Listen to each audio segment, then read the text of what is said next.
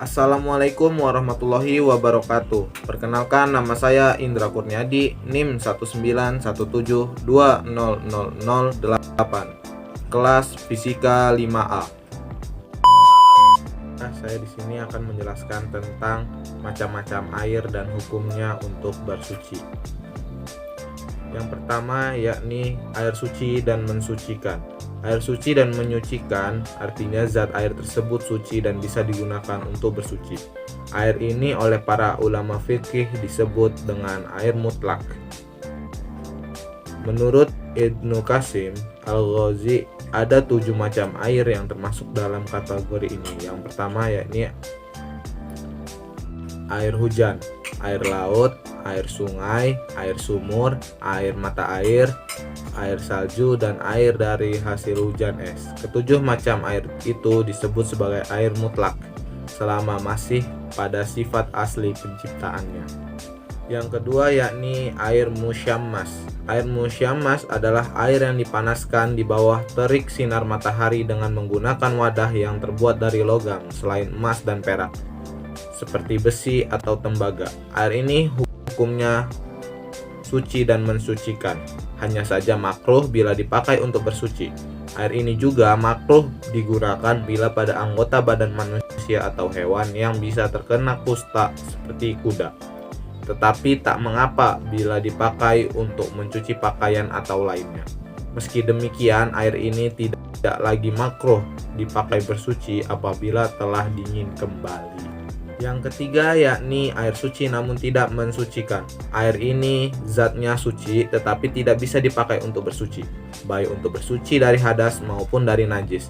Ada 2 macam air yang suci namun tidak bisa digunakan untuk bersuci, yakni air mustakmal dan air mustaghayyar. Air mustakmal adalah air yang telah digunakan untuk bersuci, baik untuk menghilangkan hadas seperti wudhu dan mandi, ataupun untuk menghilangkan najis bila air tersebut tidak berubah dan tidak bertambah volumenya setelah terpisah dari air yang terserap oleh barang yang dibasuh. Air mustakmal ini tidak bisa digunakan untuk bersuci apabila tidak mencapai 2 kullah. Sedangkan bila volume air tersebut mencapai 2 kullah, maka tidak disebut sebagai air mustakmal dan bisa digunakan untuk bersuci. Yang keempat yakni air mutaghayyar. Adapun air mutaghayyar adalah air yang mengalami perubahan salah satu sifatnya disebabkan tercampur dengan barang suci yang lain, dengan perubahan yang menghilangkan kemutlakan nama air tersebut. Sebagai contoh, air mata air yang masih asli ia disebut air mutlak dengan nama air mata air.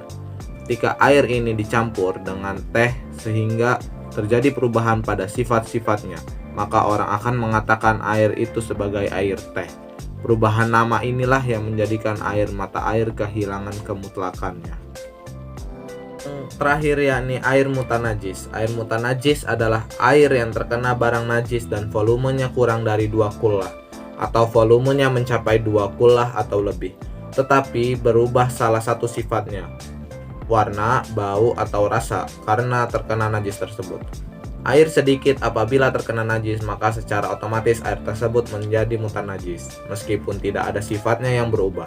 Sedangkan air banyak bila terkena najis tidak menjadi mutanajis bila ia tetap pada kemutlakannya, tidak ada sifat yang berubah.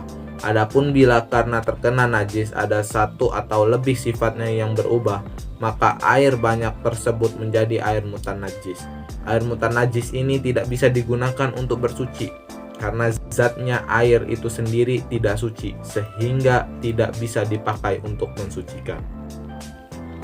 Ya, mungkin itu saja yang bisa saya sampaikan, kurang dan lebihnya mohon maaf. Wallahul muwafiq ila aqwamit thoriq. Wassalamualaikum warahmatullahi wabarakatuh.